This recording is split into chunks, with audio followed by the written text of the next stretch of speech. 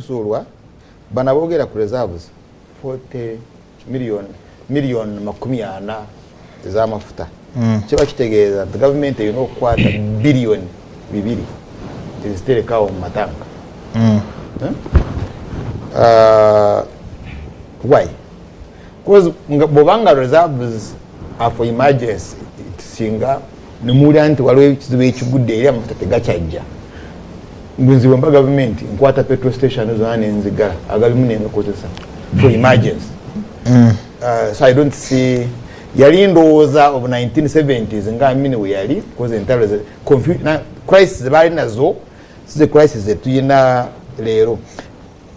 But anyway kintu kyetulina okutunulamu nnyo tukyetegereze tulabe bano abakaaba because bakaaba ayayaya tusebye ayayaya tusi mumwagamba mugenda kujjawo dictator oli mwamu wa title is a dictator kale waba kunyize fachi officer because he is a dictator okimanyi dictator obanga alito gusobola kuwacho oguyingiramu. Why do you go there?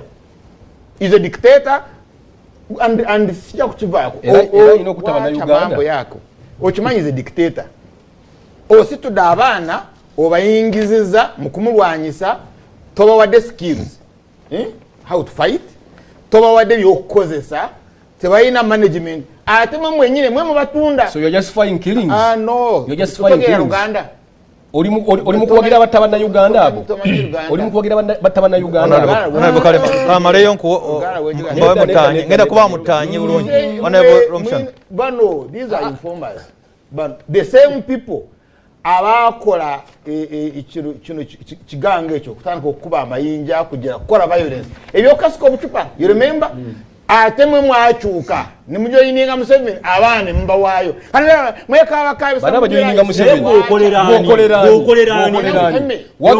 wageze ku platform page yo kakati honorable Luttamaguzi mwefuge mbebazo okugobera program eno Ageesigika Stella Nandawula mire nambo la nyirutalo wangala Ssaabasajja Kabaka wageze ku page yo